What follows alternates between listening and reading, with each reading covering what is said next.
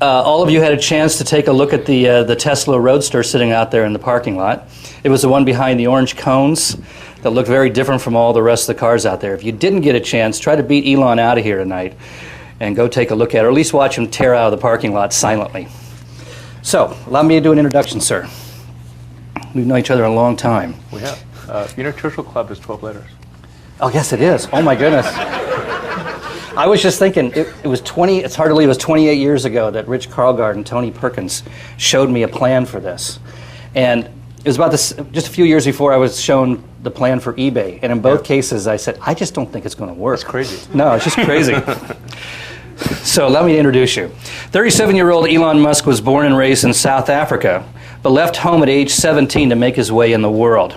Living on as little as $1 per day, he eventually made his way to the Wharton School at the University of Pennsylvania, where he earned bachelor's degrees in economics and physics.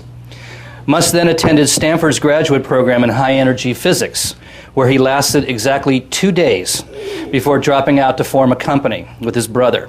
That company, Zip2, was sold for $300 million. Musk then founded X.com, an online financial services company. It eventually became PayPal, of which Elon was the largest shareholder. PayPal, as we all know, was purchased by eBay for $1.5 billion in 2002. When he graduated from Wharton, Elon determined the three important areas where he wanted to make a contribution was the internet, clean energy, and space. And with PayPal, Tesla Motors, SpaceX, and Solar City, he has done just that. And in the process, made himself one of the most celebrated entrepreneurs on the planet. Ladies and gentlemen, Elon Musk. Thanks. So let's begin with the topic of greatest interest to the audience here tonight, I assume. Tesla Motors. Okay. Where's the company at right now? Where do orders stand? Oh, Mike, I don't know what to tell you. It's been rough. No, I'm just kidding. It's actually it's actually been pretty good. In fact, it really quite a contrast to the rest of the auto business. We're sold out, first of all, for the Tesla Roadster, the sports car. We're sold out through the end of October. And within, I think probably within 2 or 3 months, we'll be actually sold out of all 2009 production for the Roadster. So is this for the standard Roadster or the advanced version? Well, we do have a Roadster Sport coming out, which is for those for whom the Roadster isn't fast enough. Right. There's the Roadster Sport. Yeah. How fast is that one now? That'll do 0 to 60 in 3.7 seconds. So it's faster than almost any. It's like an ICBM really. Laid over on its side. Yeah, it's it's ridiculously fast. Now, how are the orders for that? Good, actually. I haven't looked at the latest orders for the Roadster Sport, and people actually have an opportunity to upgrade their car to the Roadster Sport that are getting their car after, I think, late June or July. And what we're finding is a lot of people are choosing to upgrade their car to the Sport package. So I actually don't have an exact number for you, but anecdotally, it seems to be doing very well. Now, the Roadster is 109,000. Is that right? Yeah. And the Roadster Sport's 139,000. Do I have that right? Well, the price to customers is actually, in terms of a comparison price that's relevant for comparing it to a Porsche or something like that, is actually about $98,000. And the reason for that is, if you buy an electric car, you get a $7,500 petrol tax rebate. Even if you're an AMT, it applies to everyone. Okay. And then you don't pay the gas guzzler tax, which is somewhere in the order of $3,000.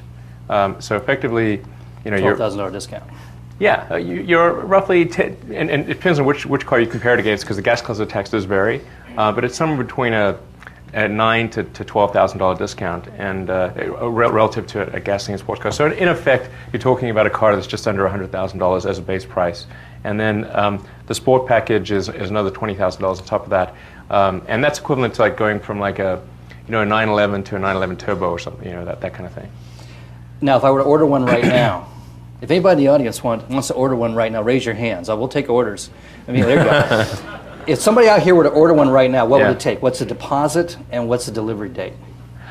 So we're actually reducing our deposit requirements on the Roadster. Previously, we'd used the deposits to provide funding for the company, and that was an acknowledged thing. We said, look, car companies are very capital intensive, so in order to make this doable or more doable, we're going to take deposits. They'll be at risk. People should recognize that. And then the advantage is that they get one of the first cars. And we actually got a lot of people who signed up to that. But we don't really need that anymore. So we're actually going to reduce the deposit down to I think $9,900. And then you pay the balance just at start of production, which is a couple months prior to delivery. Now, did you find any impact on the orders because with the falling gas prices? I mean, we saw what happened with Prius. I mean, you can go to Sunnyvale and entire supermarket parking lots are filled with unsold Priuses. Did that affect you guys at all? I don't think that was a huge impact because most people aren't buying the $100,000 sports car because of, to save money on gas. It's more geek love than it is cheap gas. Yeah, I was more worried about how that would affect sales for our sedan, which we just unveiled a few weeks ago. Yeah, we'll talk about that in a moment. But keep going, but I don't think that's been a key impact on Roadster sales. I think certainly the economy as a whole and the implosion of people's net worths has had an effect on new Roadster sales. And we're fortunate that we do have a significant backlog, going out 6 months. But I wouldn't say gas prices have had a big effect on the Roadster. Now, being in the car business, you have to be asked, are you taking any federal money? And are you worried about your job security if you are? Well, I don't have to worry about my compensation. My compensation currently is $1. So I'd be happy to cut that in half for the federal government if they do give us a loan. But actually, we've taken no government money at all thus far. Some people out there think we have, and we haven't. Now, we do aspire to get a government loan under what's called the ATVM program. It's the Advanced Technology Vehicle Manufacturing Program. That's from the DOE? That's from the DOE. It's not bailout money, and this program was done before there was a need for bailout money. The legislation was written started writing it about 18 months ago, and it finally got approved by Congress last year sometime, I think late last year. So, and this is before Obama. So this isn't stimulus money. This isn't bailout money. This is actually something that originated in the Senate Energy Committee because they felt it was a matter of national security and obviously environmentally important for the United States to accelerate its transition away from oil for all the obvious reasons that it's damaging it's obviously very damaging to the environment and as gas prices rise, as they will dramatically when we come back to another boom, there's going to be a massive wealth transfer out of the United States to other countries, and it's just kind of silly, for that. Why it's cheaper for us to just accelerate the move of oil. Now, I'm not going to ask you how much you plan to get from the government or when, because I think you said that publicly once and got in trouble, didn't you? I did get in trouble. I just said what they told me, and they didn't say keep it quiet. So, but suffice to say, we are highly optimistic that we will receive approval, loan approval, in the near term. Okay, we'll leave it there. Let's talk about the factory. That was there was an awful lot of news a few months ago. Groundbreaking ceremonies. Yeah. Big assembly plant going to be out there on 237 in San Jose. Yeah. Now it seems to be on hold. And something about financing delayed, or you didn't qualify for it, or what happened? Yeah. So the San Jose. The idea of using the undeveloped land off the 237 in San Jose occurred before the Section 136 or the ATVM loan program was approved by Congress.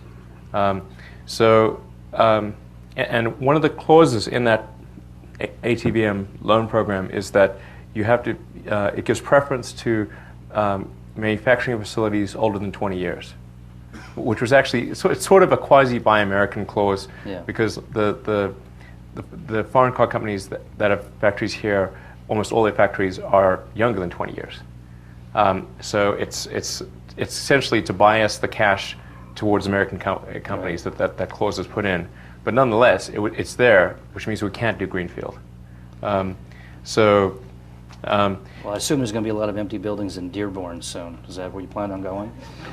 No, we'll most likely be in Southern California. We actually have term sheets on 2 locations in Southern California. We looked first in the Bay Area. I'd love to take over NUMMI. That'd be awesome. Yeah. I don't know if there's maybe at some point we'll have an opportunity to acquire NUMMI.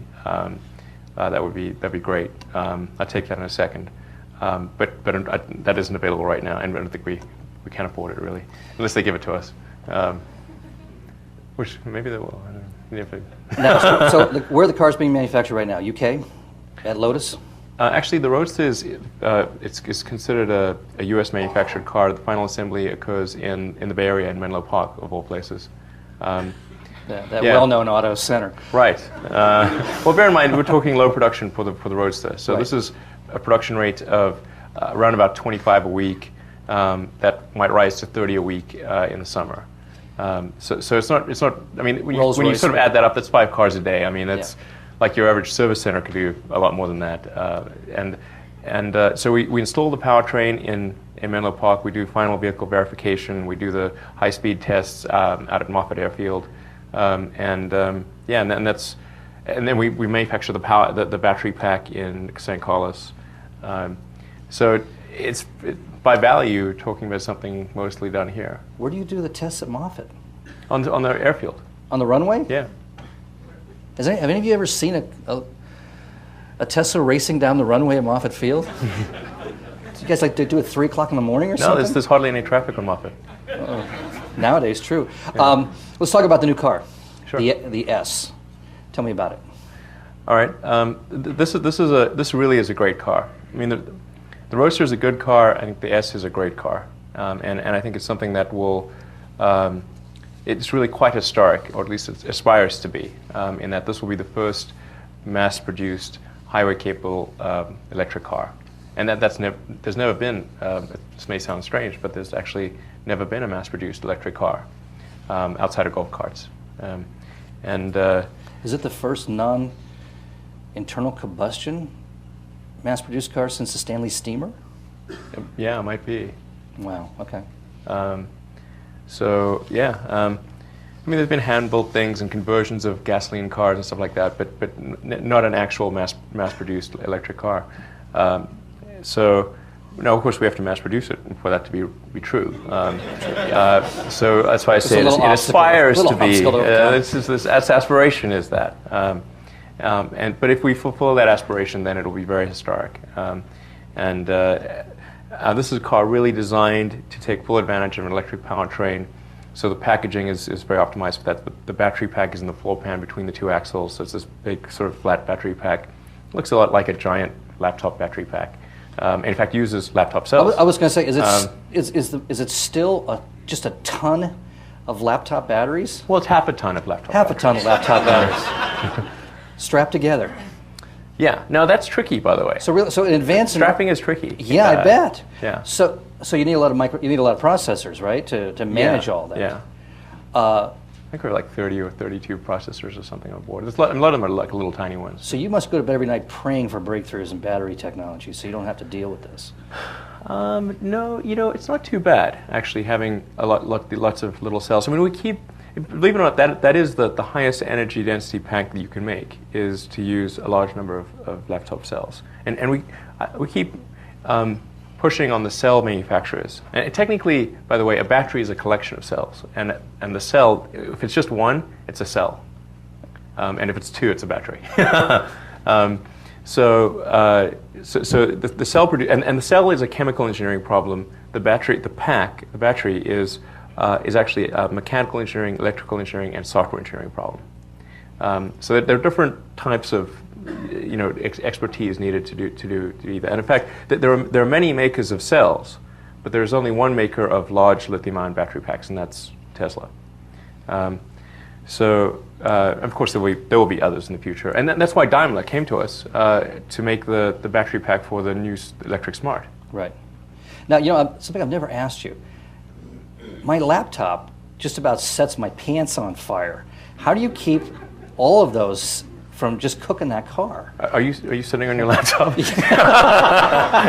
don't even want to think about. That may be part of the problem. I don't even want to think about sitting on a half a ton of laptop batteries.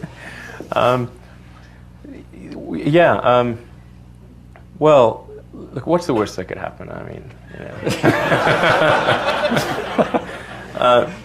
we do extensive safety testing. I mean, I shouldn't laugh. This is a serious subject.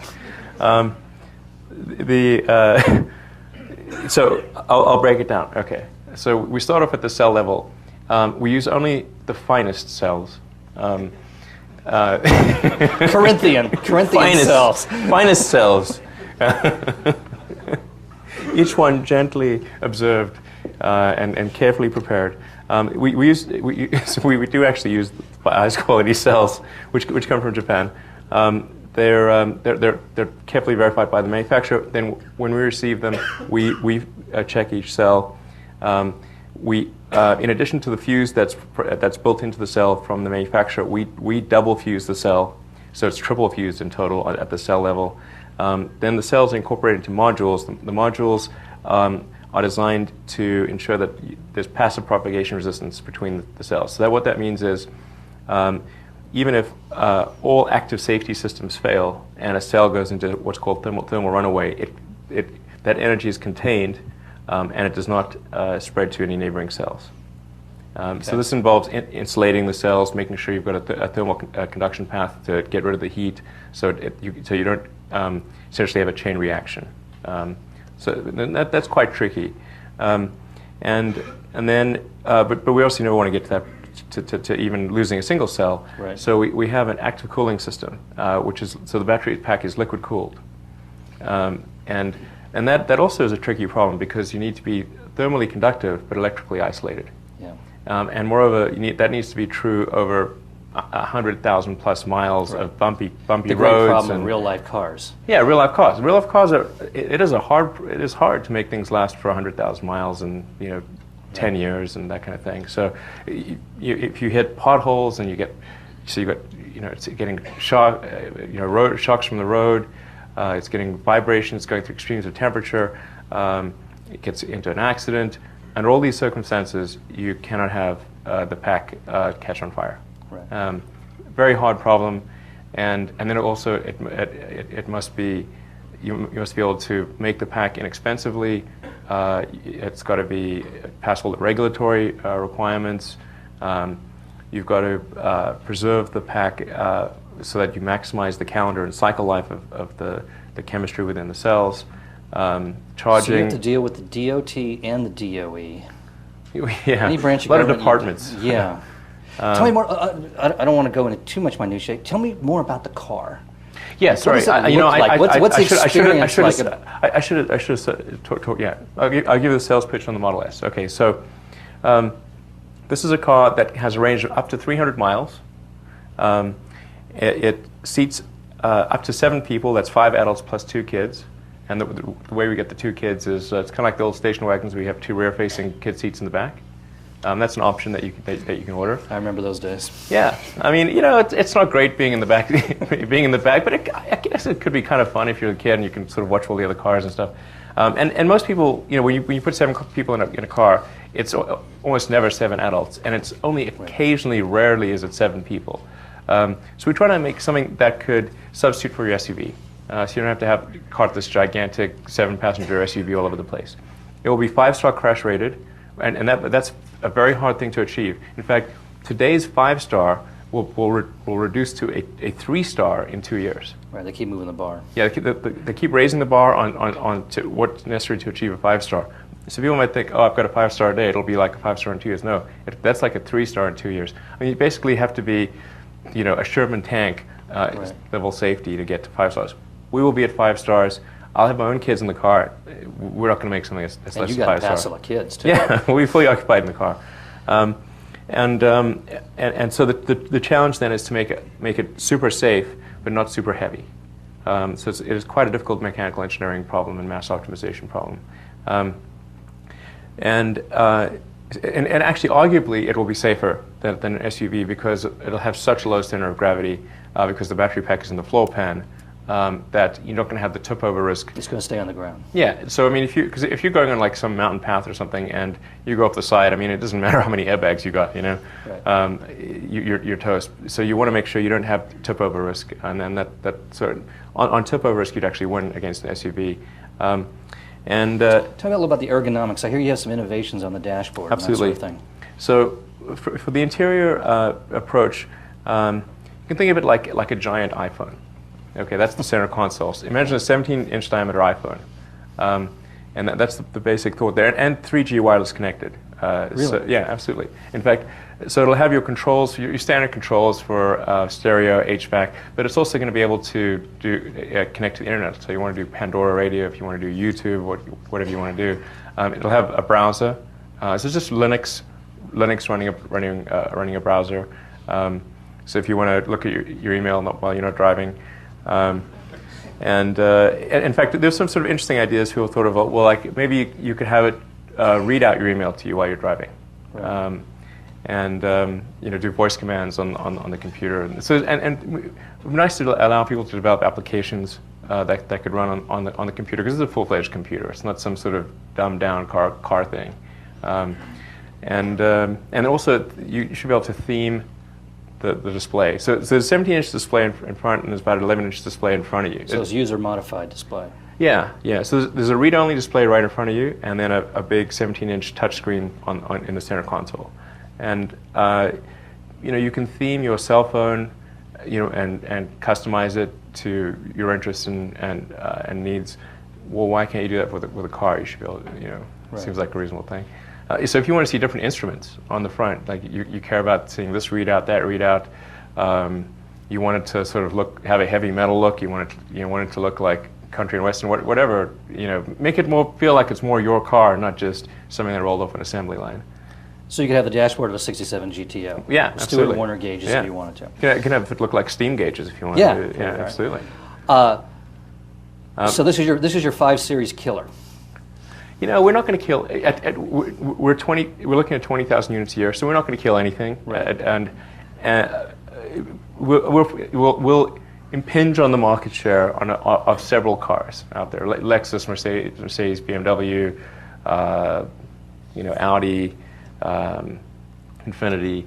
But really, it'll be a small, a hardly noticeable impact on total sales. Well, at least there were 17 million cars sold in the U.S. a year. I think it's down about, not much, like right. 9 million cars a year at the current run rate.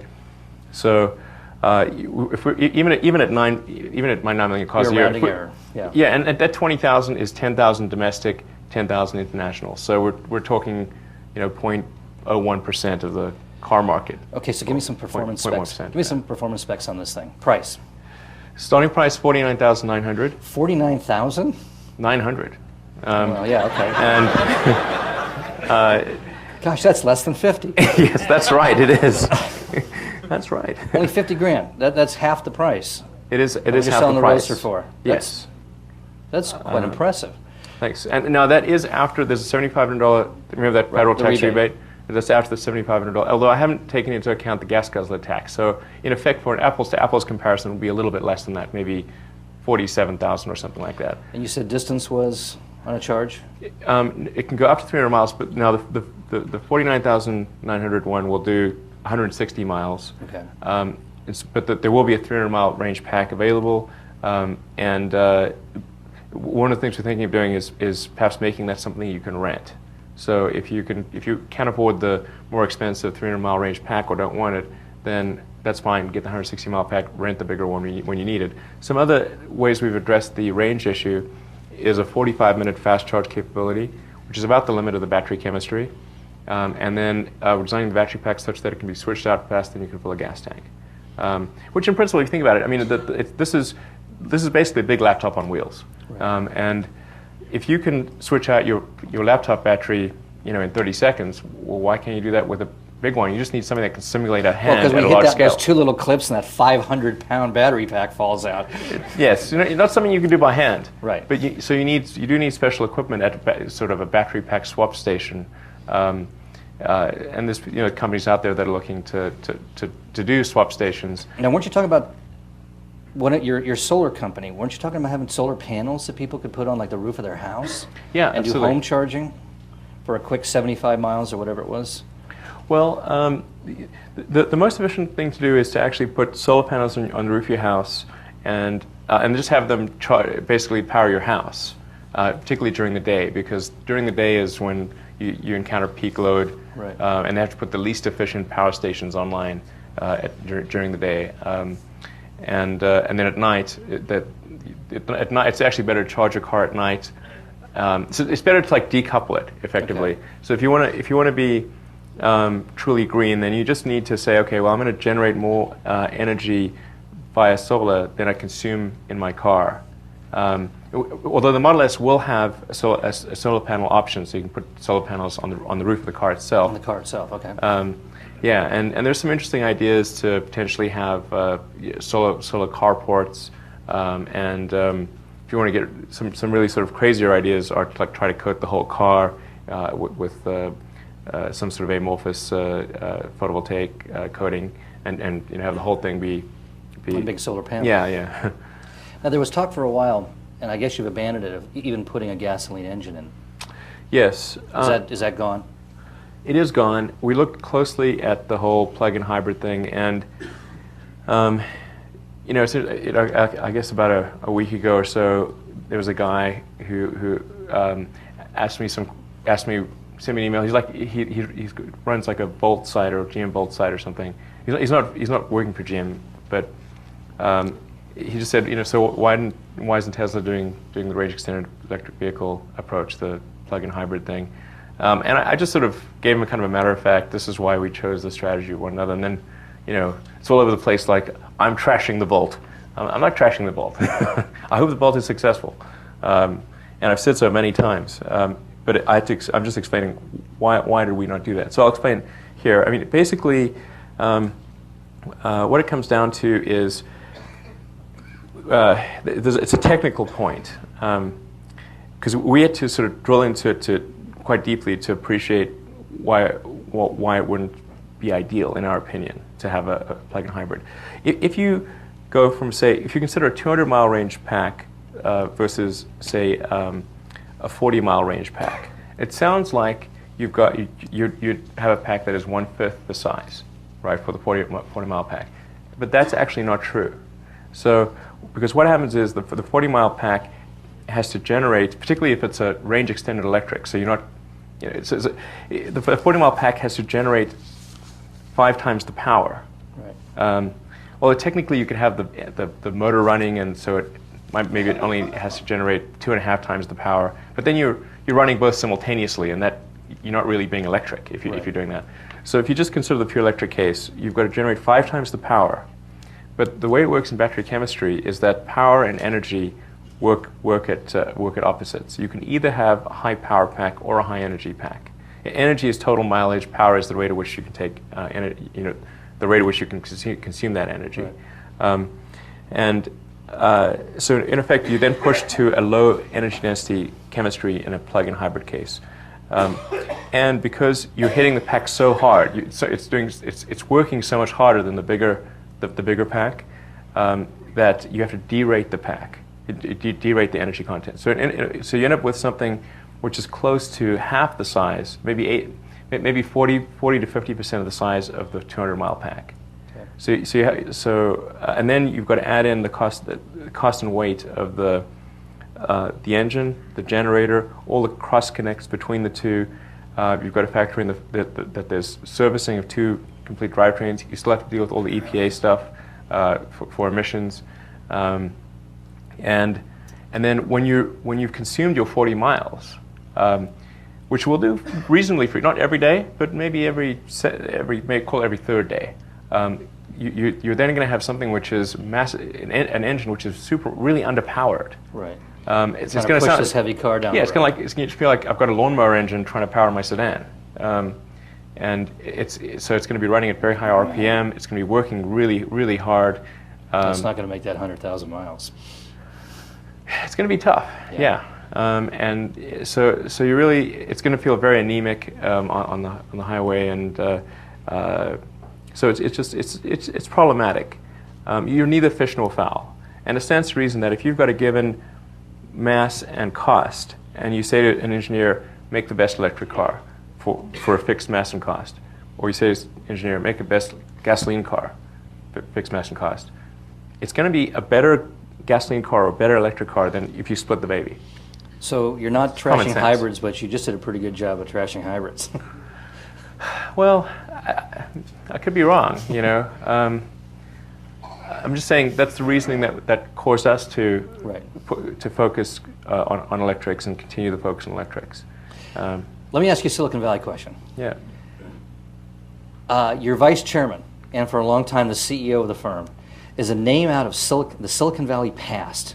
Zev Drury, a guy that we haven't seen around here for 30 years, who ran Monolithic Memories, way back when. Kind of a legendary figure, kind of a swashbuckling guy. I seem to remember he was running Monolithic Memories, and the Yom Kippur War broke out, and he literally called into the office and said, "I'll be in Israel until the war is over," and volunteered and went off to battle. Unique guy, but he's been missing from action around here for a long, long time. Where did you find him, and why would you get a chip guy in a battery business, in a car business? Sure. How do we find him? Actually, it was through one of the investors at Tesla. Zev is a car guy. I mean, he went into sort of racing, did a lot of racing, and he was very competitive. You know, obviously, you know, a great entrepreneur, with a strong track record, and I think very importantly, he was someone who was not afraid of danger, as evidenced by his running off to the Yom Kippur War. So, you know, towards the end of 2007, we needed to find a CEO for Tesla, and we didn't have a lot of takers because it was a very difficult situation, and there weren't very many people with the guts of Zev, anyway, so you know, Zev I thought was somebody who could help get us out of a pickle, and who wasn't afraid to try to do that. And I mean, it's hard to describe. Tesla was in a really dire situation at the end of 2007. It had come to light that the car's cost was $140,000. We'd been selling it for $92,000. You're going to make it up in volume. Right. Yeah. And not only that, we couldn't. I mean, there were several things broken about the car technically. Transmission being the most notable item, but there were a lot of other issues. You know, so it really wasn't a car that could even if we said, okay, we'll accept the $140,000. This isn't a car that would have passed safety and reliability and endurance tests. And so it was just wow, and we were sort of out of money, or close to being out of money. So this is 18 months ago. In a situation like that, you got to be pretty bold if you want to come in and run, help run the company. So, and he was willing to do that, and he'd sort of, like I said, he'd taken things from very tough situations before, and so he joined as CEO, and in effect he and I were kind of the co-CEOs of the company, because he was coming in cold and didn't know any of the background, and although I'd been at sort of a fairly high level up to that point, and not in the nitty-gritty, at least I had the contextual background. So he and I basically ran the company together for about 18 months. And then when the financial crisis hit, I guess it was about, the financial crisis hit, and I was like, oh man, okay. So I got to up my time in the company and go from being kind of the half CEO to the full CEO, because I also had to up the ante in terms of my investment in the company financially. So it's like, all right, if I'm going to do that, then I got to, be the full CEO, not the half CEO. Well, now bold is the ultimate entrepreneurial trait, and you obviously have it. I want to go back. Let's talk about your upbringing. But before we do that, real quick, 40. How much for the S? 49,900. Okay. Yeah. How fast? It's 0 to 60 in about 5.5 seconds, and top speed 130 miles per hour, electronically limited. We will have sport versions of the S that will have it 0 to 60 of under 5 seconds. But 5.5 seconds in a sedan is plenty fast. Oh yeah. I'm thinking about those kids in the back seat facing backwards. Yeah, it's not 3.9 seconds like the Roadster, but it's pretty fast. Yeah, real fast. All right, let's talk about your upbringing. You leave home at 17, and you want to get to the States, right? Was that your dream? Yeah. First of all, you don't want to be in the Army. That doesn't seem like a good use of time. Being in the being conscripted in the South African Army just didn't seem like a great way to spend time. So, without your parents' approval, you take off and you end up in Canada first. Well, so I was trying to figure out how to get to the U.S. So try to convince my parents to move there. Well, my parents were divorced, so at least one of them could move there, and I could move there with them. But I wasn't successful in convincing them. And but then I found out my mother had been born in Canada. So I kind of walked her through the process of getting her Canadian citizenship, which allowed me to get my Canadian citizenship, which meant I could go to Canada. And my grandfather was American, actually, but because my mother hadn't gotten her American citizenship before he died and before certain age restrictions, I wasn't able to get American citizenship, unfortunately, directly. So I went to Canada initially. Canada's a great country. I was there for about 3 years, and then came down to the States to continue going to school at UPenn with Wharton. And you live on $1 a day. How did you? Well, briefly. But how do you do that? I mean, there's several times in your life when you're It's a long time basically ago. well below the poverty line, right? And this was one of them. But $1 a day was 20 years ago. Yeah. So it was that's like $2 a day. $2 a day. Well, there's all the difference. It is all. It does make a big difference. Yeah. Well, I wasn't quite sure how much money, how hard it would be to get a job or anything like that. So I hadn't really had a real job because I was only 17. So I'd done like paper routes and stuff like that. So I thought, well, just in case it takes me a long time to get a job, I better make sure that my tiny stash of money lasts a long time. So I only had a few $1,000s.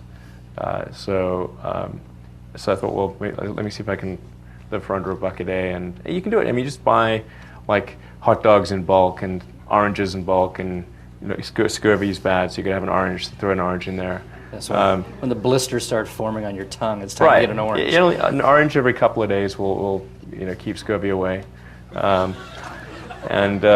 hot dogs are like it's just sort of like pasta and pasta sauce. Just buy the stuff in bulk, and you can get, at least at the time, you can get to under $1 a day. So now you pick up 2 degrees. It got a little monotonous after a while. But. Yeah, I can imagine the 14th day in a row of spaghetti. Right. A lot of people pick up econ degrees. A lot of people pick up physics degrees, but not many people pick up both of those. Those are two different worlds.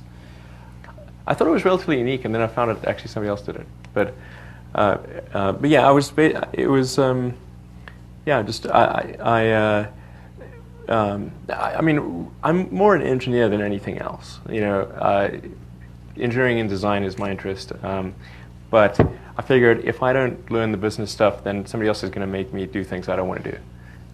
So I better learn, the secrets of business. And so that's why I did the physics degree as well as the Wharton finance degree. Now this is the most. Finance stuff was easy, by the way. That was really I'd say all of my business courses, like in the final year, all of my business courses together were not as hard as quantum mechanics. Okay, I'll buy that. So now, this is the mythical moment in your career. You get accepted to grad school at Stanford. That alone's a pretty big deal. You're in physics. Well, to be precise, actually my initial department was the material science department. And you use the word high energy physics, and that's actually a defined term in physics. Technically, I would have actually been in kind of the quantum mechanics more than high energy physics, because the area I was going to be researching was sort of an intersection of applied physics and material science, and basically trying to figure out, can you create a capacitor with enough energy density to replace a battery. Now, capacitors are very common components in circuit boards, and they are occasionally used to store limited amounts of energy. But the problem is that the energy density does not compare to what a battery can do. But if you could get a capacitor to approach the energy density of a battery, then things like charging could be done in minutes or seconds, technically. So you wouldn't have a recharge time issue, and then also cycle life and calendar life would be measured in decades. But Elon, you were there for 2 days. You were there for 48 hours. I've been in meetings that lasted longer than 48 hours. Right. I've been drunk longer than 48 hours. Me too. 2 days? How do you do 2 days? I mean, that's not even long enough to like get the books. Well, it was a tough decision, actually. I was trying to figure out, okay, should I do grad studies or start a company doing some internet stuff? And this was in '95. It was before Before the bubble, just before. Before Netscape even went public. Yeah. So, in fact, when I started Zip2, it was not with the expectation that I would make a large sum of money. It was like, okay, can I make enough money to live and buy food and stuff? That was really the threshold. It was a very, very low threshold. And Netscape had not gone public. Somebody wrote something about me that said, oh, I saw Netscape go public, and that's why I decided to start Zip2. I started Zip2 in the summer of '95, and before Netscape had gone public. I tried to get a job at Netscape, actually, and didn't hear back from them. So now see, reading your biography, I would have thought you were the wild man, the black sheep of the family. But now I've come to the conclusion it has to be your brother, because you come out planning to get a PhD, and 48 hours later, your brother has convinced you to drop out of school and join his new company. Not quite. No, actually, I convinced my brother to come from Canada. Oh. Yeah. But my brother's a convincing guy. Maybe it was, well, he was in Canada at the time. Right. But I always wanted to do something with my brother, and he wanted to do something with me, and so the $300 million shared gift is a pretty good gift for you. Yeah, but I mean, at the time, the expectations were really tiny. Now, is this when you were sleeping on the floor in your office? Actually, I was sleeping on a futon, which turned into a couch during the day. So that was like where you held your meetings. Yes. Right, exactly. That true. So you were renting an office, but you didn't have a place to live, right? So your apartment cost more than the office. So then my brother and I just got 2 futons, which turned into couches, and then during the day, and then we'd have we'd have a table and we'd have meetings there, and then at night there'd be, unbeknownst to the people that we'd have meetings with, that where we slept. And then we showered at the YMCA on Page Mill and El Camino. And then you could work out as well, so I was in great shape. Yeah, it was actually fine. So all you guys sitting in Pete's with your business plans, you guys think you have it tough. Any questions from the audience right now? We're going to get into space in a minute here, but I want to, as long as we're on cars, let's take car questions first. Yes, sir. Elon, congratulations on your success. It's very impressive. Please wait for the mic. I don't need it. We do need it because we're recording this. Oh, yes, of course. So why don't what I have to say? Where's the mic? It's coming.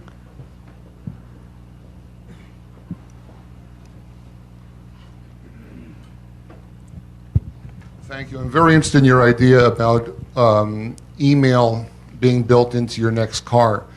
Now, the question I have for you is, say I'm sending you an email with this voice. Is that what you're going to hear while you're driving? My voice reading my email to you, and when you respond to me, I'll hear your voice responding to me.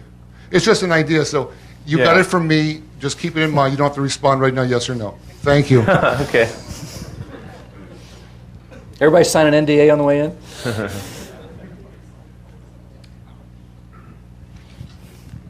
Why did you name the car Tesla? The company's named after Nikola Tesla, who's actually very well known in physics, because units of magnetism are actually units of Tesla.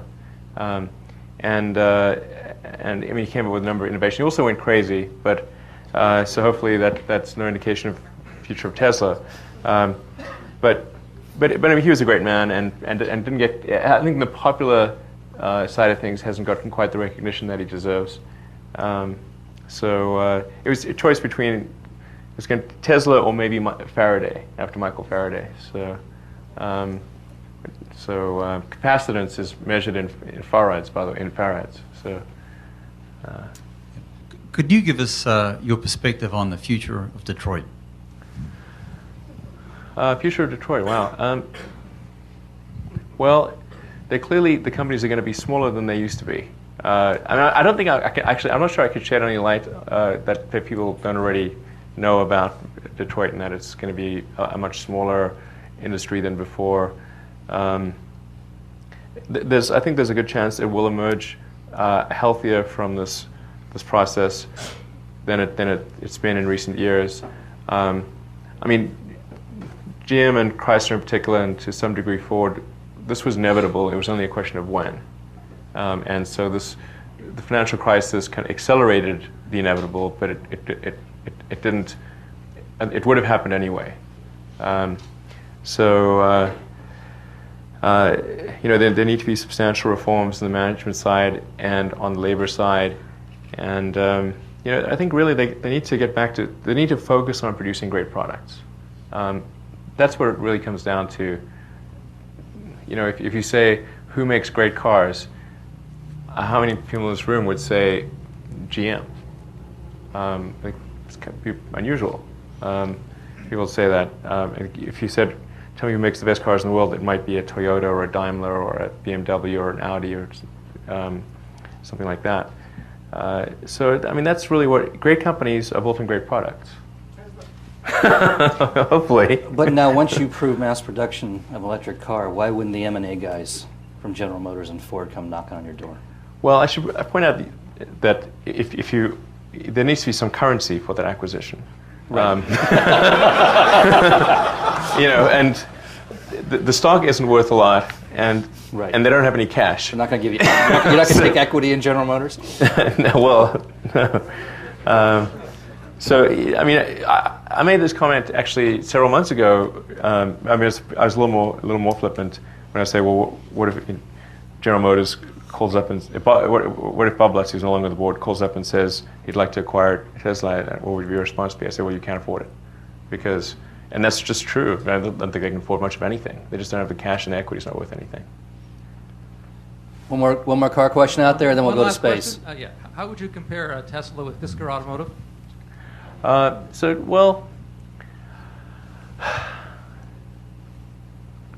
Fisker is producing a plug-in hybrid. So Fisker is producing a plug-in hybrid. It's not, as we were talking about earlier, we're pursuing a different strategy for the reasons I articulated. If Fisker is staying, I think they're producing a four-door sedan, but it's a sportier sedan than ours. Our sedan is intended to really be very functional and have a lot of cargo space, carry 5 adults in comfort, plus potentially 2 kids, and still have room for luggage. And we're at sort of the roughly $50,000 price point there, I think at around $80,000 starting price after tax rebates. I think that's probably a fair characterization of the differences. Let's talk about space. We literally don't have enough time interviewing you to cover everything you do. We could do 3 different events on 3 different activities. Well, let's do space real quick. Where does SpaceX stand right now? What's the status of things? And what's the status of the X Prize, too? Let's get into that. Okay. Well, SpaceX is doing really well, thankfully. Otherwise, I would be in real trouble. I mean, particularly in terms of the time that it takes, the time that I have to dedicate to the companies. I'm on average, I'm sort of roughly 50-50 between SpaceX and Tesla. Although, as there are issues that crop up that need to be addressed, that could swing it to as much as 80% SpaceX or 80% Tesla in a given week. But SpaceX is profitable. It's been cash flow positive and profitable for the last 2.5 years. We got to orbit last year. In December, just before Christmas, NASA awarded SpaceX a $1.6 billion contract to resupply the space station with cargo. When does that begin? That begins at the end of next year. Okay. So the first mission, the first operational mission after the demonstration missions is December of next year. And at what point do you take over completely? Don't you have exclusivity for a while as the space shuttle retires? Well, the space shuttle is supposed to retire at the end of next year. Okay. So then we'd follow cargo missions immediately thereafter. Although if the space shuttle ends up running a little longer, then there may be some overlap. Are you going to hit those milestones? I think that we have a decent chance of doing it. It's not I entirely. hope there's going to be guys. You have guys waiting up there for simple. Well, NASA isn't.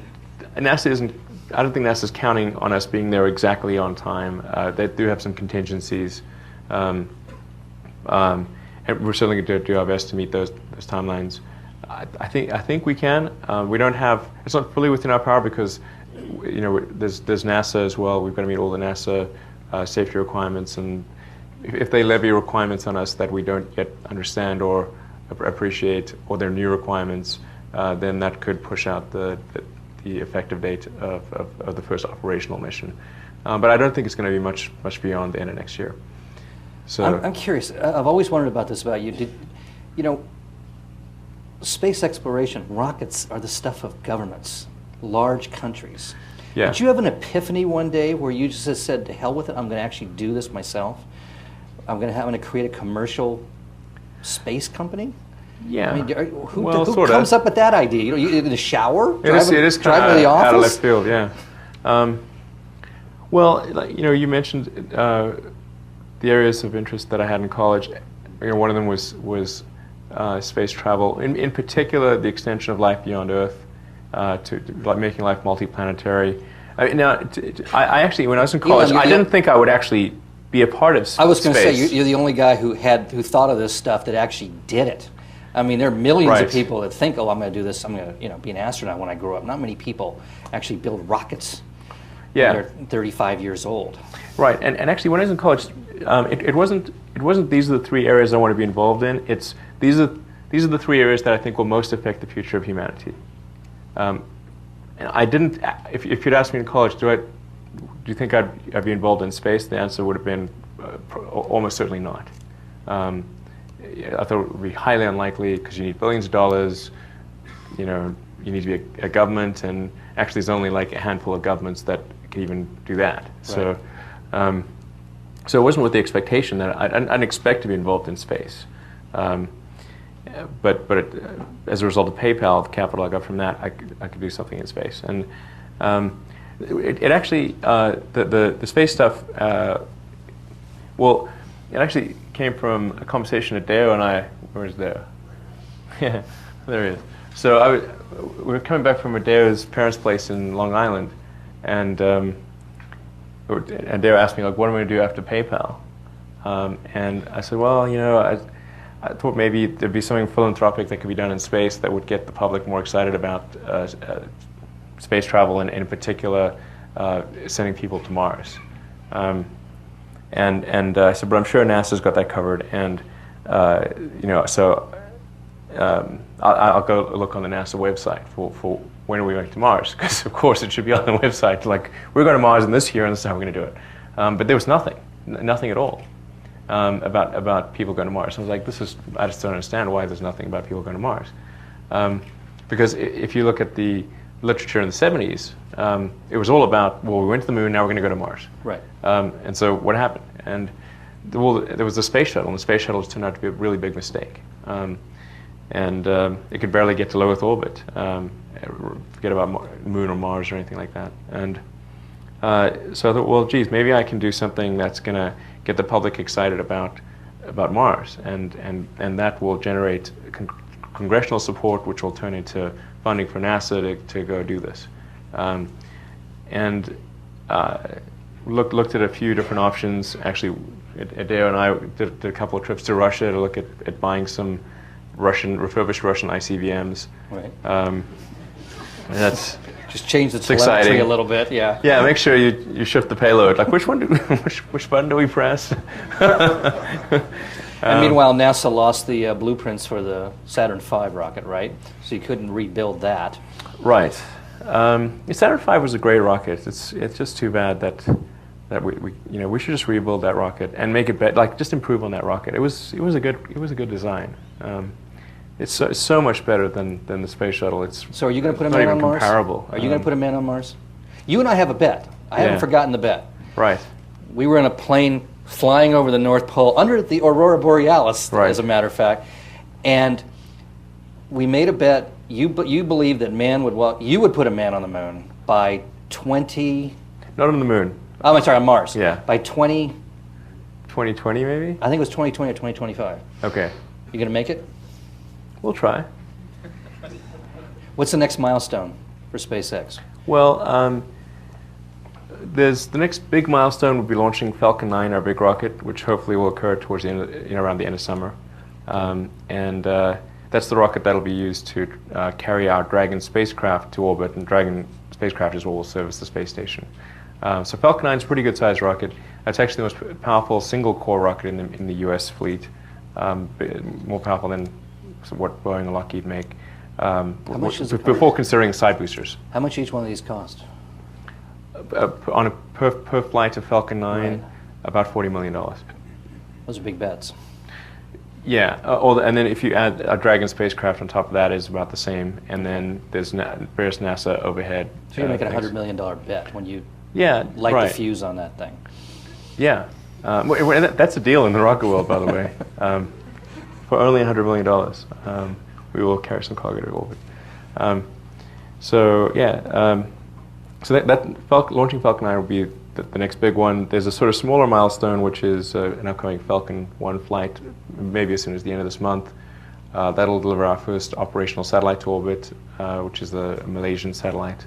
It's intended to do Earth observation, for like natural disasters and stuff like that. And and then let's see. Then at the end of this year, hopefully we'll launch our first Dragon spacecraft from Falcon 9.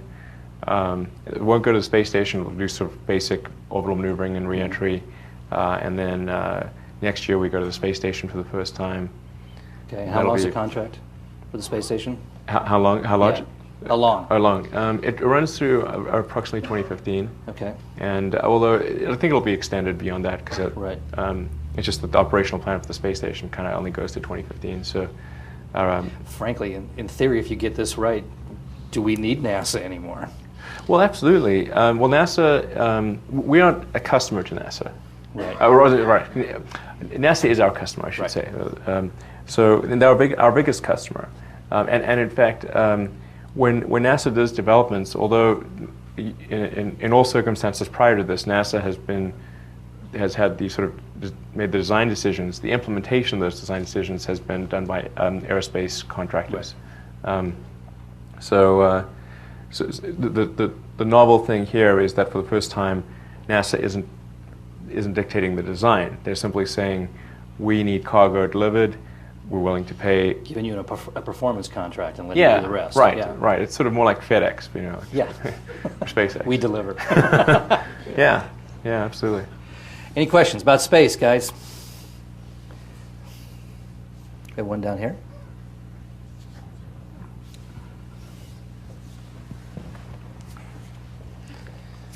We have a Homestead High School junior asking a question. Is this on? Okay. So for your Falcon series, you decided to use the Merlin engine, right? Right. We developed the Merlin engine, actually. Yeah, yes. Yeah. My question for you is, why did you go for the single or one type of engine and then using 9 of them on the Falcon 9? How many is Yep. it? Because I've seen a lot of other in the history of space. It's like everyone, like above 5, you're like, oh my God, the turbo pumps are all going to blow up or something. And then, so why did you choose that instead of developing a larger engine? Well, I should point out, like the Saturn V, although it had 5 engines on the first stage, also had 5 engines on the second stage, and then 1 engine on the third stage. So it was actually an 11-engine rocket. Falcon 9 has got 9 engines on the first stage, 1 on the second stage. So it's actually one total of 10, so 1 less than a Saturn V. And the advantage of the 9 engines is that you can lose an engine at any point, including immediately after liftoff, and still complete your mission, which was not true of the Saturn V. The thrust weight of the Saturn V was about 1.15, so you actually had a very dangerous point immediately after liftoff, where you could potentially subside if you had an engine failure within the first few seconds. With rockets, because you're taking off vertically, it actually for the first stage, it actually the initial boost stage points you towards having more engines. because if you want true engine out capability, because you always have to have a thrust weight greater than 1, otherwise you're coming back. Whereas in aircraft, you can have a thrust weight of much less than 1 and still be okay, because you can sort of glide and reduce your climb rate and that kind of thing and still be okay.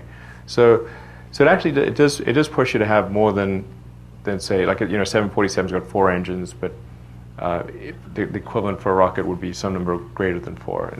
And maybe it's not as high as 9, but we needed 9 to achieve the payload requirements that our customers wanted. And as long as you're very careful about ensuring that the problem with one engine cannot cascade into problems with another engine, more is actually better. Google operates with tens of thousands of computers rather than a few giant mainframes. It also fits with the Tesla model of having 8,000 little batteries. If you think 9 engines is bad, try 6,831 cells. Next question. So, Elon, with the Dragon spaceship, spacecraft, is that going to also be a manned craft? And if so, are you going to be shuttling the astronauts back and forth to the space station? Yeah, Dragon is designed to meet the NASA man rating requirements.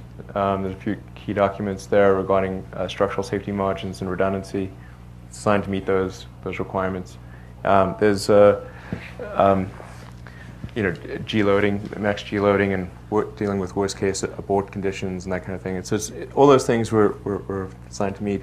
There's one key development item that we need to finish, which is the escape tower, so that we have a launch escape system in case something goes wrong with the core booster. It can carry the capsule to safety.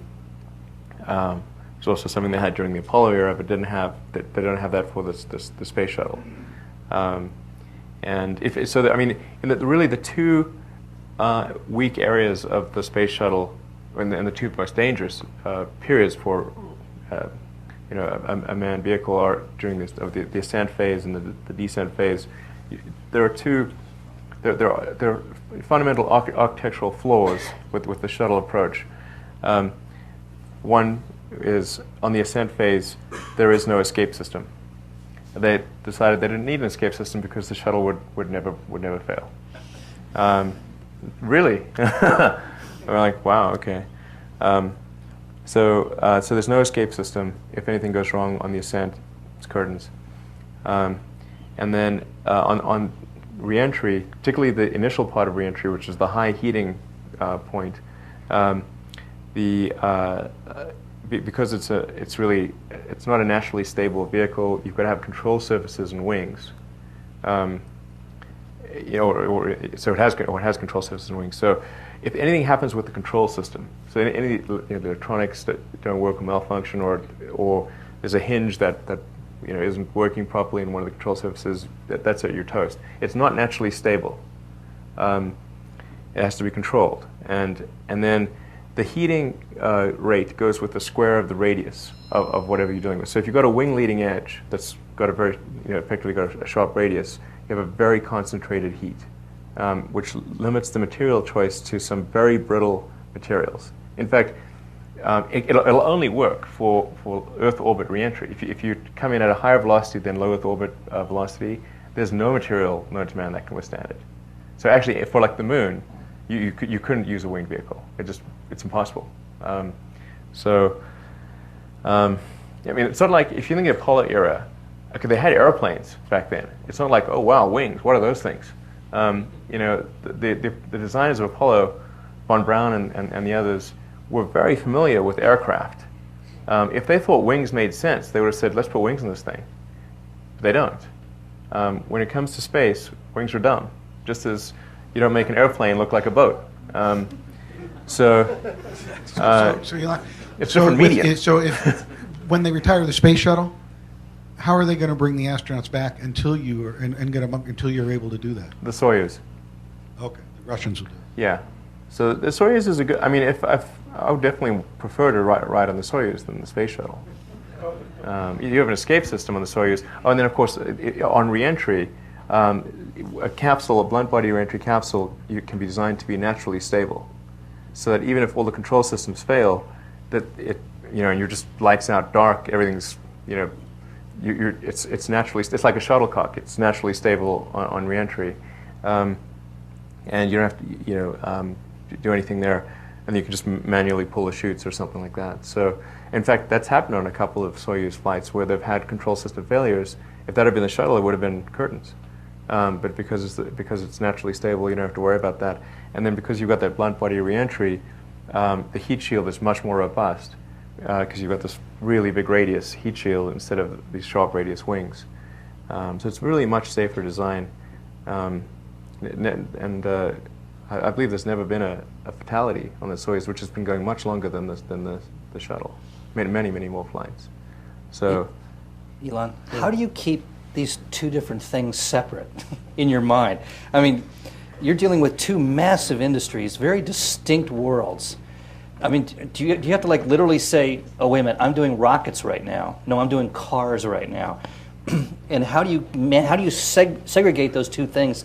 Because they're both competing for your attention 24 hours a day. Right, and I have my kids actually. I spend a lot of time with my kids, and by the way. 4 kids. 5 kids, yeah. 5 kids, yeah. Right. How do you manage that? Yeah, that is tricky. Yeah, no kidding. Yeah. Well, actually, it's okay most of the time. But if it's when a crisis flares up in either kids or one of the businesses, then it can be quite a little bit overwhelming. So it's like triage all the time. It is. It is kind of like triage.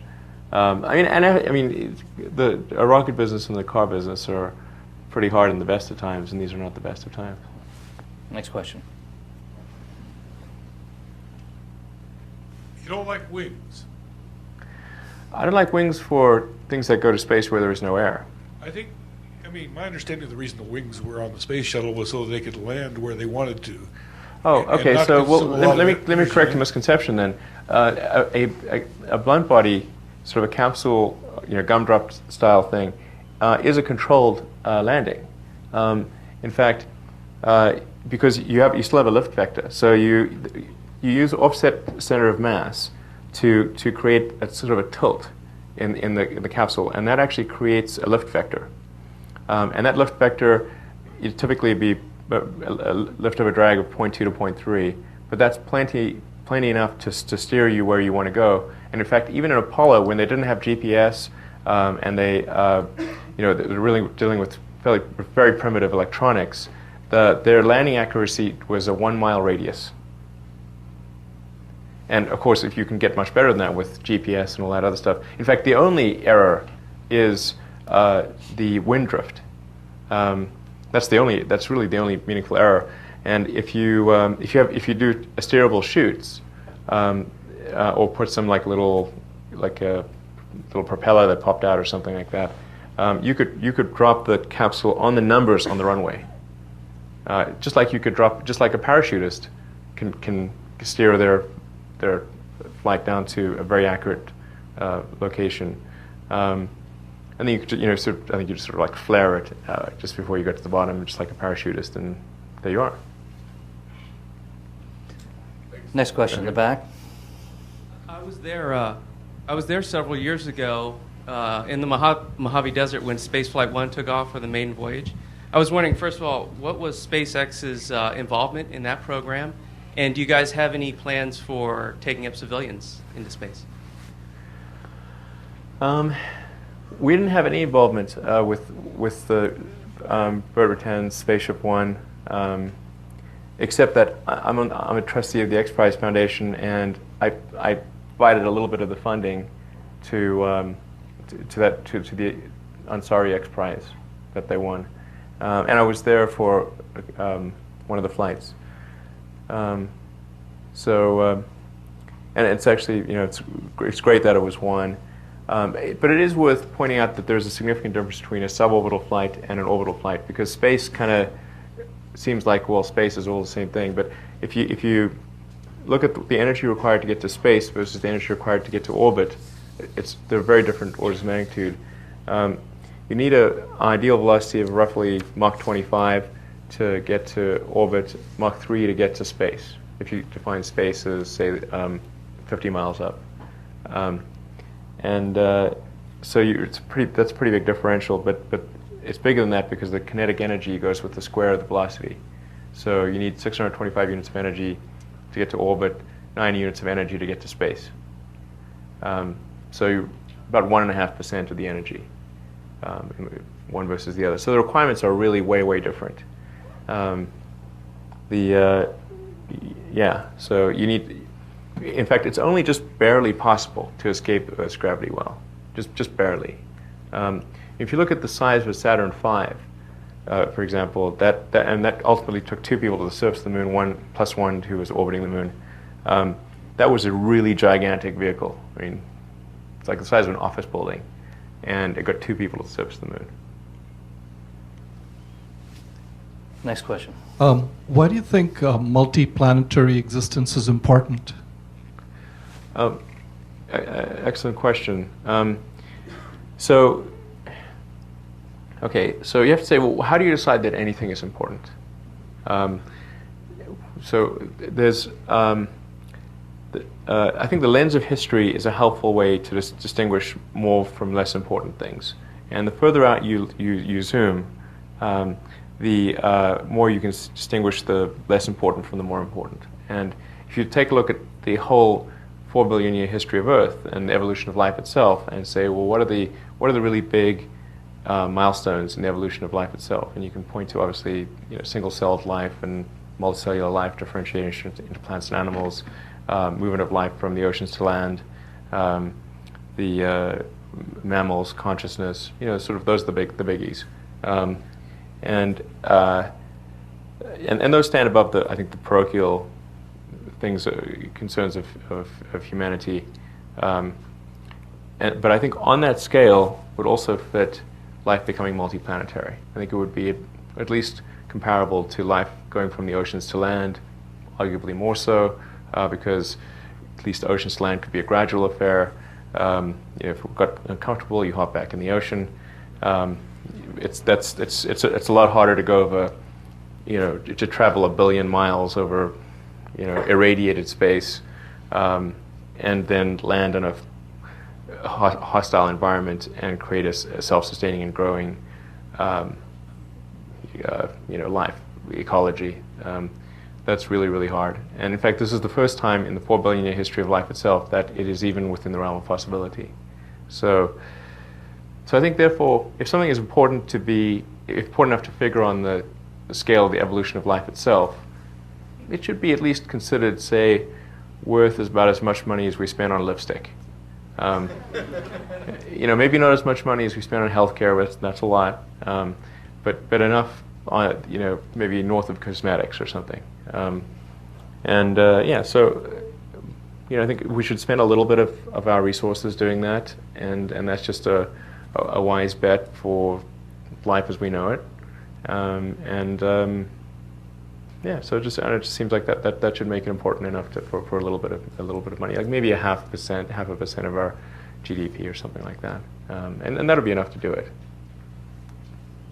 Anything you want to say on Solar City? Solar City is doing great. Thank goodness. It is. Tell the audience what it is. Sure. Solar City is the country's largest provider of solar power systems to homes and small businesses. So outside of the utility scale solar activity, and it was co-founded and run by Peter and Lyndon Rive, who are my cousins, in interest of full disclosure. So I serve as the chairman there, and I provide some advice strategically and on the product side. And but thankfully, it requires almost none of my effort, and those guys are just awesome in terms of their execution of Solar City, having grown it to a leadership position in the course of 3 years. So if anyone's thinking of getting solar, call like 1-800-SOLAR-CITY, something like that, or 888, I'm not sure. Any questions? Next question. So, so how does that work? I mean, you've convinced the NASA to give you like a huge contract. How can I imagine that? What story is behind that? Can you tell us, or can you share us that story a little bit? That's the one question that I have. And the other is, you've been working on solar, you've been working on clean tech, or on cars, you've been working on space. So you're transforming society in all those projects, and then there's PayPal. So how does that fit? That's the two questions. Well, definitely PayPal. I mean, I was completely out of PayPal. Well, almost completely out of PayPal when I started SpaceX, and then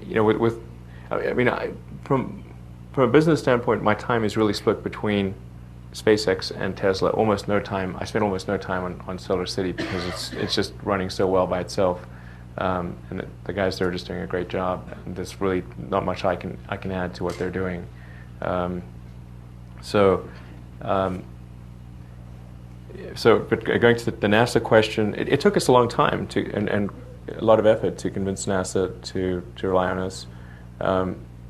And when we won that cargo resupply services contract, it's basically value ranging from 1.6 to 3.1 billion dollars. We competed against Boeing, Lockheed, and Align Tech Systems. Well, actually, they were all three of them together against us. There's a sort of a partnership called Planet Space, which is basically it was Boeing, Lockheed, and Align Tech Systems against SpaceX, and we won. So, or at least NASA felt confident enough to give us that deal. So, preceding that, it had been sort of 6 years of working to gain their confidence. And we'd won a preceding contract, which was called the COTS contract, Commercial Orbital Transportation Services, to demonstrate progress in that direction. But I have to give NASA a lot of credit here, because without that COTS contract, it would have been very difficult for us to compete for the Cargo Resupply Services contract. They've been helpful in an advisory capacity and a financial capacity.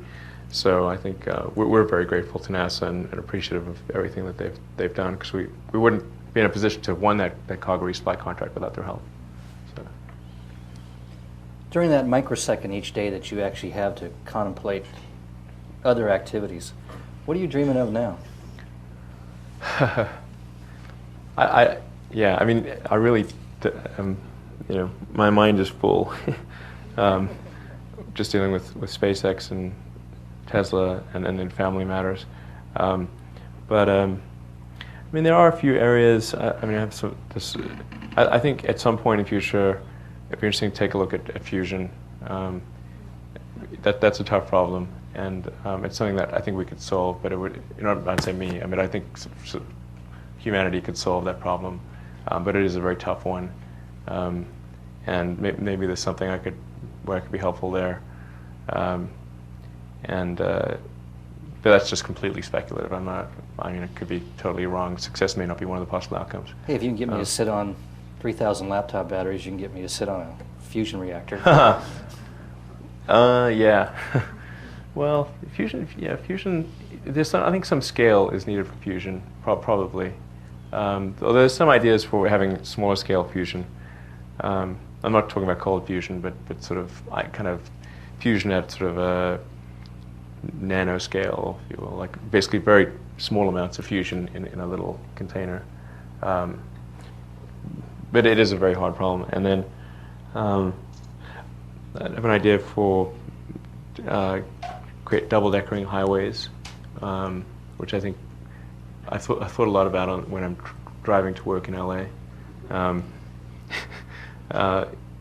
The highways, it would just be, I think if you create prefabricated sections of highway and did a very efficient kind of a metallic structure that could withstand the worst earthquakes, and the trick would be making it light and very strong and inexpensive. But I think I know how to do that. And it's that sort of relatively mundane, but it would have a big effect on people's lives. And then I have this sort of idea for an electric plane, which I think could be pretty cool.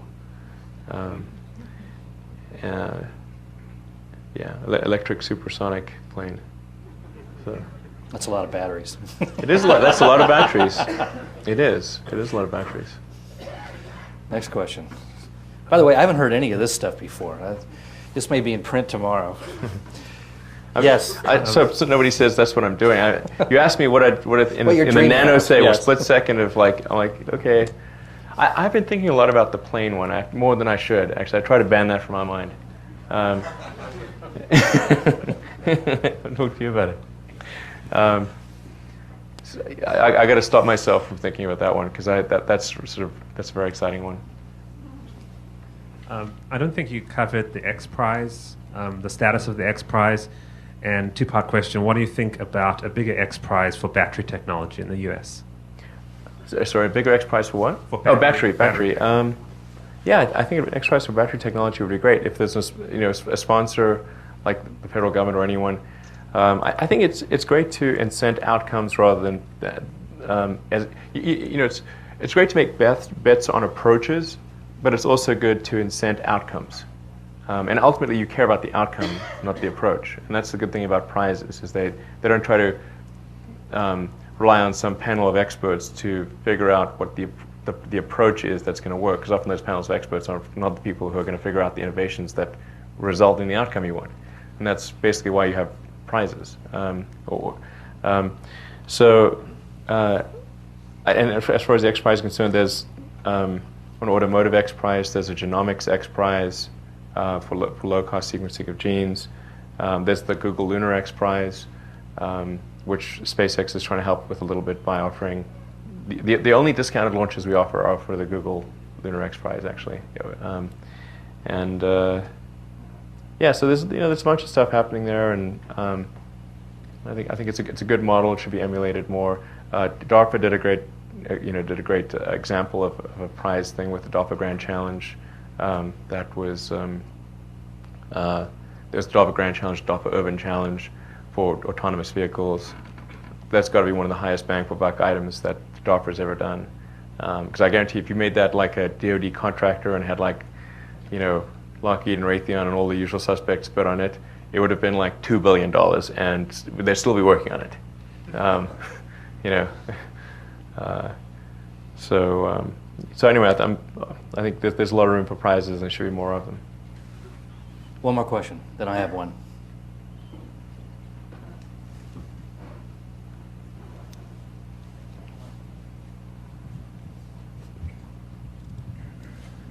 Given the range of technologies and areas you've touched, I'm curious what your take on robotics is. It almost seems like robotics? On robotics, exactly. It seems close enough to what you've done, but I haven't heard you talk about it. Well, Tesla does use robotics to a limited extent in its production today, particularly on the battery pack side, because you've got so many cells, almost 7,000 cells, that so some robotic assistance is important in making the battery pack, and we'll certainly see a lot more of that as Tesla scales up. So robotics makes it's great for mass manufacturing. For space exploration, obviously we've seen great dividends played by robotics as well with the Mars exploration rovers, and there's a really big rover going called Mars Science Laboratory, and that was supposed to launch soon, but it's going to be a couple years before that goes. That's about the size of like a Volkswagen. So I think there's a lot of room for robotics in a lot of fields, and that'll increase and continue in both automotive and space and other areas. But at the end of the day, I think we still need to make life multiplanetary. It can't just be sort of sending droids out there. I'm pro-life in that sense. So I think robotic exploration, robotic preparation, but we also need life going beyond Earth as well. So. I was just curious from a perspective of making people's lives better. One big piece Yeah. of awareness is around that. I was just curious if that was an area that you even thought about or going through in a nanosecond. No, I haven't really thought about robotics personally, but just not to say that I don't think there are lots of things that could be automated and where there could be robots that help people in their daily lives. I'm sure there'll be a continued expansion of the whole iRobot type thing beyond vacuum cleaning.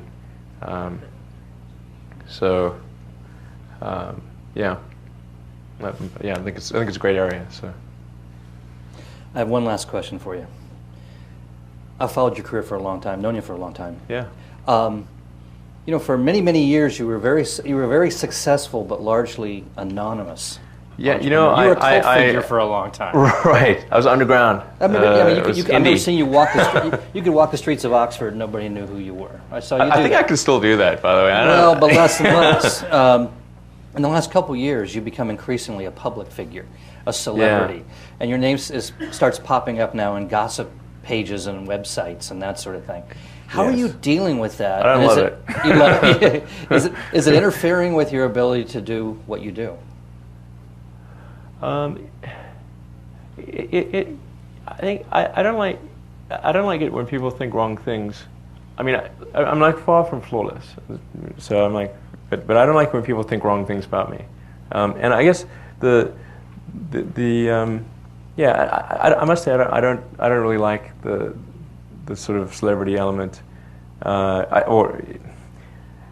don't like when people sort of try to write things that are sort of trivialities that don't actually. It's like why write about that? You know, obviously people find that kind of interesting, or some people do. Hopefully, not many. I don't know. Sometimes people say like wrong things that I get, you know, concerned that, well, what if my kids read that? You know, because they're 5 and they're starting to read, and that's that. I mean, that's probably the most concerning thing. I'm not too worried about it from a business standpoint, because most people that I interact with, particularly if they've known me for a while, they know what's true and what's not true, and in a lot of cases they don't care anyway. Even if it was true, they don't care. But it does concern me if my kids were to read something that was just not true. I mean, you understand, as Tesla continues to be successful, and as SpaceX begins to assume the role of the space shuttle, you begin to become something like Henry Ford and Wernher von Braun combined. And that's a level of celebrity few people ever know. And are you ready for that? I'm probably not ready for that. I'm not a naturally extroverted person. In fact, I used to be horrendous at public. I mean, I'm not that great as it is, but I used to be really horrendous, and just sort of shake and be unable to speak. But I kind of learned not to do that. So, I mean, I'd much rather just be, you know, doing engineering and stuff and design. So that's really what I like to do. But you know, I mean, I'm happy to, and I like doing things like this, which are fine. And and you know, if you're in the car business, you got to sell cars and stuff. So I gotta go out there and be promotional. But there are other people at Tesla that actually are much better speakers and sellers of the car than I am, I think. So. Well, that's hard to believe. Anything else you want to tell these folks out here?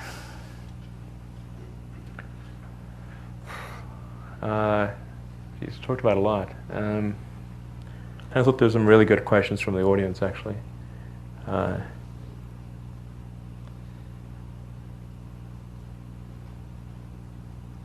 Put your money down now. Right, I mean, I don't know.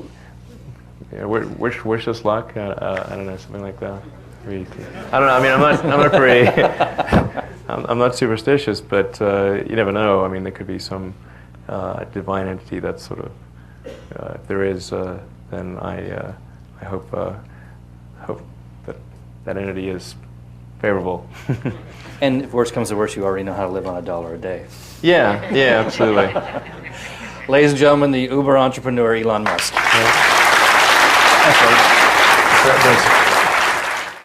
All of you had a chance to take a look at the Tesla Roadster sitting out there in the parking lot.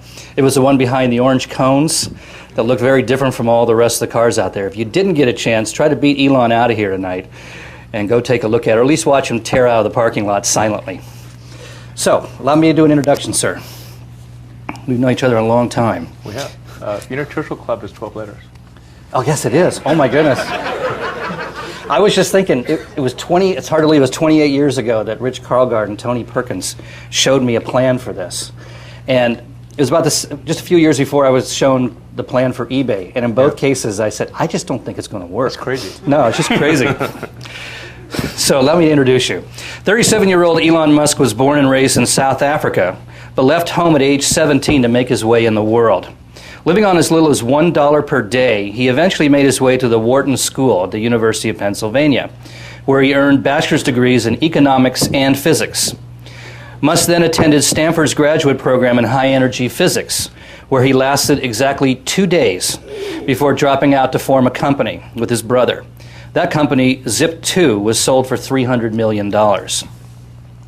Musk then founded ʻiːlʒn, an online financial services company. It eventually became PayPal, of which Elon was the largest shareholder. PayPal, as we all know, was purchased by eBay for $1.5 billion in 2002. When he graduated from Wharton, Elon determined the three important areas where he wanted to make a contribution was the internet, clean energy, and space. And with PayPal, Tesla Motors, SpaceX, and Solar City, he has done just that. And in the process, made himself one of the most celebrated entrepreneurs on the planet. Ladies and gentlemen, Elon Musk. Thanks. So let's begin with the topic of greatest interest to the audience here tonight, I assume. Tesla Motors. Okay.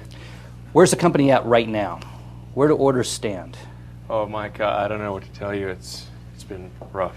No, I'm just kidding. It's actually it's actually been pretty good. In fact, it really quite a contrast to the rest of the auto business.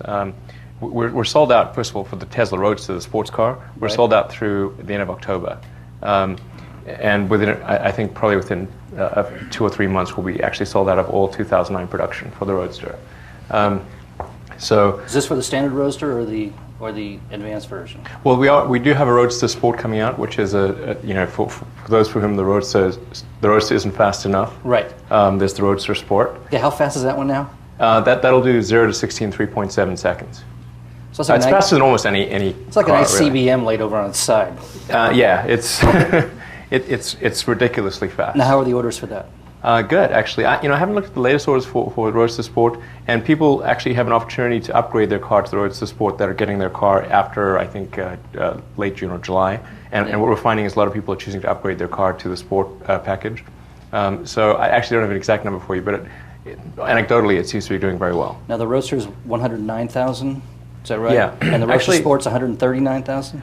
Do I have that right? Well, the price to customers is actually, in terms of a comparison price that's relevant for comparing it to a Porsche or something like that, is actually about $98,000. And the reason for that is, if you buy an electric car, you get a $7,500 petrol tax rebate. Even if you're an AMT, it applies to everyone. Okay. And then you don't pay the gas guzzler tax, which is somewhere in the order of $3,000. So effectively, you're $12,000 discount. Yeah, you're roughly, and it depends on which car you compare it against, because the gas guzzler tax does vary, but it's somewhere between a $9,000 to $12,000 discount, and relative to a gasoline sports car. So in effect, you're talking about a car that's just under $100,000 as a base price, and then the sport package is another $20,000 on top of that, and that's equivalent to like going from like a 911 to a 911 Turbo or something, that kind of thing. Now, if I were to order one right now, if anybody in the audience wants to order one right now, raise your hands. I will take orders. I mean, there you go. If somebody out here were to order one right now, what would it take? What's the deposit and what's the delivery date? So we're actually reducing our deposit requirements on the Roadster. Previously, we'd used the deposits to provide funding for the company, and that was an acknowledged thing. We said, look, car companies are very capital intensive, so in order to make this doable or more doable, we're going to take deposits. They'll be at risk. People should recognize that, and then the advantage is that they get one of the first cars. And we actually got a lot of people who signed up to that. But we don't really need that anymore. So we're actually going to reduce the deposit down to I think $9,900, and then you pay the balance just at start of production, which is a couple months prior to delivery. Now, did you find any impact on the orders with the falling gas prices? I mean, we saw what happened with Prius. I mean, you can go to Sunnyvale and entire supermarket parking lots are filled with unsold Priuses. Did that affect you guys at all? I don't think that was a huge impact because most people aren't buying the $100,000 sports car because of to save money on gas. It's more geek love than it is cheap gas. Yeah, I was more worried about how that would affect sales for our sedan, which we just unveiled a few weeks ago. Yeah, we'll talk about that in a moment. But keep going, yeah. But I don't think that's been a key impact on Roadster sales. I think certainly the economy as a whole and the implosion of people's net worths has had an effect on new Roadster sales. And we're fortunate that we do have a significant backlog, going out 6 months. But I wouldn't say gas prices have had a big effect on the Roadster. Now, being in the car business, you have to be asked, are you taking any federal money? And are you worried about your job security if you are? Well, I don't have to worry about my compensation. My compensation currently is $1. So I'd be happy to cut that in half for the federal government if they do give us a loan. But actually, we've taken no government money at all thus far. Some people out there think we have, and we haven't. Now, we do aspire to get a government loan under what's called the ATVM program. It's the Advanced Technology Vehicle Manufacturing Program. That's from the DOE? That's from the DOE. It's not bailout money, and this program was done before there was a need for bailout money. This legislation was written started writing it about 18 months ago, and it finally got approved by Congress last year sometime, I think late last year. So, and this is before Obama. So this isn't stimulus money. This isn't bailout money. This is actually something that originated in the Senate Energy Committee because they felt it was a matter of national security and obviously environmentally important for the United States to accelerate its transition away from oil for all the obvious reasons that it's damaging it's obviously very damaging to the environment and as gas prices rise, as they will dramatically when we come back to another boom, there's going to be a massive wealth transfer out of the United States to other countries, and it's just kind of silly, for that. Why it's cheaper for us to just accelerate the move off oil. Now, I'm not going to ask you how much you plan to get from the government or when, because I think you said that publicly once and got in trouble, didn't you? I did get in trouble. I just said what they told me, and they didn't say keep it quiet. So, suffice to say, we are highly optimistic that we will receive loan approval in the near term. Okay, we'll leave it there. Let's talk about the factory. There was an awful lot of news a few months ago, groundbreaking ceremonies. Yeah. Big assembly plant going to be out there on 237 in San Jose. Yeah. Now it seems to be on hold. And something about financing delayed, or you didn't qualify for it, or what happened? Yeah, so the San Jose, the idea of using the undeveloped land off the 237 in San Jose occurred before the Section 136 or the ATVM loan program was approved by Congress. And one of the clauses in that ATVM loan program is that you have to it gives preference to manufacturing facilities older than 20 years, which was actually it's sort of a quasi-Buy American clause because the foreign car companies that have factories here, almost all their factories are younger than 20 years. So it's essentially to bias the cash towards American companies that clause is put in, but nonetheless it's there, which means we can't do greenfield. Well, I assume there's going to be a lot of empty buildings in Dearborn soon. Is that where you plan on going? No, we'll most likely be in Southern California. We actually have term sheets on 2 locations in Southern California. We looked first in the Bay Area. I'd love to take over NUMMI. That would be awesome. Yeah. I don't know if there's maybe at some point we'll have an opportunity to acquire NUMMI. That'd be great. I'll take that in a second. But that isn't available right now, and I don't think we can't afford it really, unless they give it to us. Which maybe they will. I don't know. Now, so where are the cars being manufactured right now? UK, at Lotus. Actually, the Roadster is it's considered a U.S. manufactured car. The final assembly occurs in the Bay Area in Menlo Park, of all places. That well-known auto center. Right. Well, bear in mind we're talking low production for the Roadster. So this is a production rate of around about 25 a week. that might rise to 30 a week in the summer. So it's not.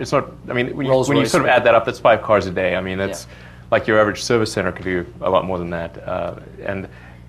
So we install the powertrain in Menlo Park. We do final vehicle verification. We do the high-speed tests out at Moffett Airfield, and then we manufacture the battery pack in St. Carlos.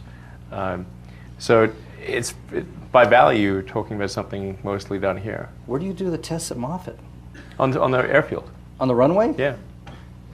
Have any of you ever seen a Tesla racing down the runway at Moffett Field? Do you guys like to do it 3 o'clock in the morning or something? No, there's hardly any traffic on Moffett. Nowadays, true. Yeah. Let's talk about the new car, sure. the S. Tell me about it. All right. This really is a great car. I mean, the Roadster is a good car. I think the S is a great car, and I think it's something that will. It's really quite historic, or at least it aspires to be, in that this will be the first mass-produced highway-capable electric car, and there's never been. This may sound strange, but there's actually never been a mass-produced electric car outside of golf carts.